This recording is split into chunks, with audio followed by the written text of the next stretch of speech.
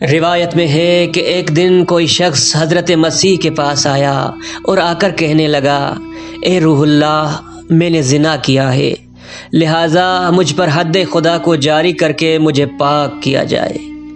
میں دنیا میں پاک ہونا چاہتا ہوں تاکہ آخرت کی رسوائی سے بچ سکوں۔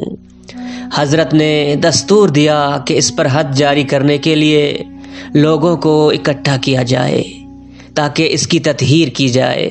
جب لوگ اکٹھے ہوئے اور اس گنہگار کو اس جگہ پر لایا گیا جہاں اس پر حد خدا کو جاری کرنا تھا، تو حضرت مسیح نے فرمایا، جس شخص کی گردن پر خداوند کی کوئی حد ہو، اسے حق نہیں کہ وہ اس گنہگار کو سنگسار کرے۔ وہی اسے سنگسار کر سکتا ہے، وہی اس پر پتھر مار سکتا ہے جس کا دامن پاکیزہ ہو۔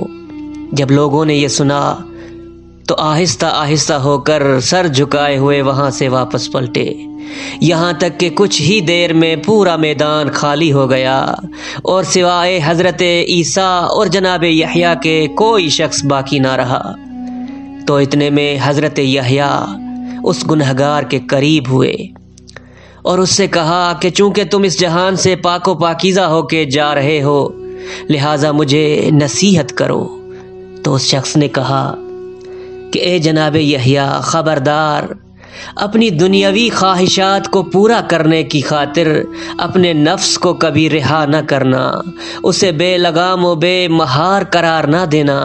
اگر آپ نے ایسا کیا تو آپ کا وہی حال ہوگا جو میرا ہوا۔